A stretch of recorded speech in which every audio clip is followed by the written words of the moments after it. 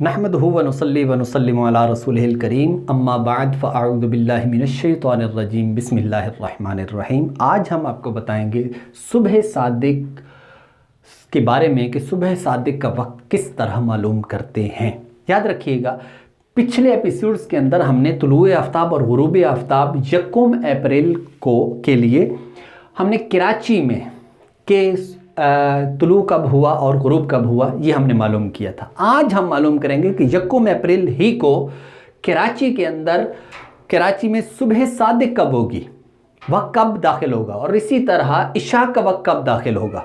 ये बहुत आसान है, आपने इसकी तरफ अब तवज्जो करनी है। देखिए, सबसे पहले आप ये बात ध्यान में रखिए कि जो हमने फार्मूला वहां बयान किया था यहां पर भी वही फार्मूला, बेई नहीं वही फार्मूला इस्तेमाल होगा।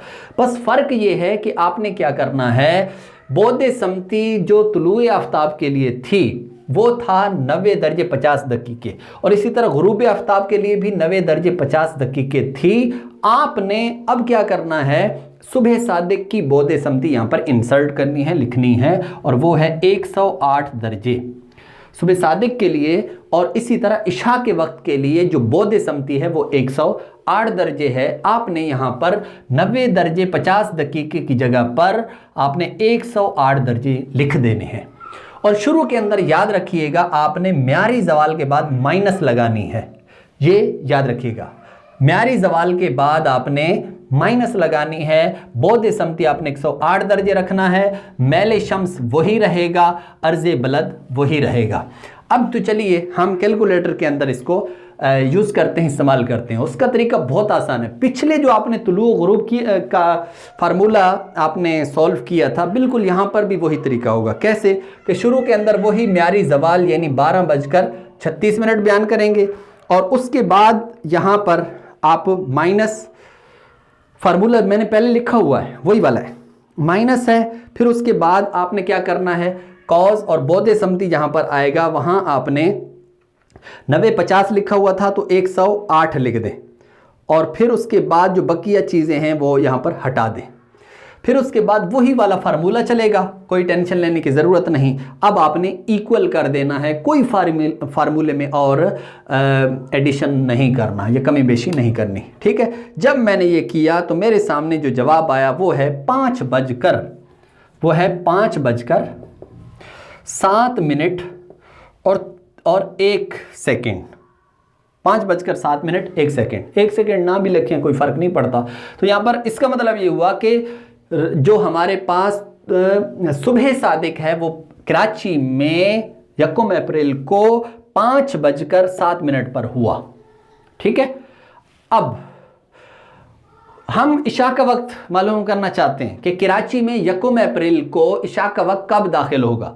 बिल्कुल आसान सा तरीका, सब कुछ वही रहेगा, सिर्फ आपने शुरू के अंदर जहां माइनस थी वहीं पर आपने क्या कर देना है, प्लस कर देना है, वहां आपने जमा कर देना है। तो जैसे आप जमा करेंगे मैं यहां पर उसी तरीके से जमा कर देता हूं। फार्मूला मेरे पास पहले से वही लिखा हुआ है, तो जैसे मैंने जमा किया तो मेरे पास ये जवाब आ गया कि जवाब आया इशा का वक्त, ठीक है, इशा का वक्त। और इशा का वक्त कितना है जी, 20:04 और 58 सेकेंड, ठीक है। अब यहाँ पर आप गौर करें तो ये जो 20 है, 20 मैं पिछले एपिसोड के अंदर भी बता चुका हूँ कि 20 का मतलब यहाँ पर क्या है। 20 का मतलब यहाँ पर ये है कि शाम के, रात के 8 बजकर, क्योंकि 12 और 8 20 बनते हैं, 12 के बाद, और ये इंटरनेशनल घड़ी जो होती है वो 24 घंटों की होती है, लिहाजा शाम के 8:04 और 58 सेकेंड पर क्या हुआ है, इशा का वक्त दाखिल होगा। कब, यकम अप्रैल को कराची में, ठीक है। शाम के 8 बजकर, यहाँ PM बेशक लिख दें, लेकिन मैं आपको मशवरा दूंगा कि आप 24 घंटों वाली घड़ी ही को यूज़ किया करें। यही घड़ी आप यूज़ करेंगे तो इंशाल्लाह आपकी जो मुमारसत है और जो आपका जहन है वो बार बार इसी पर हो जाएगा, ठीक है। 20:04 और 58 सेकेंड।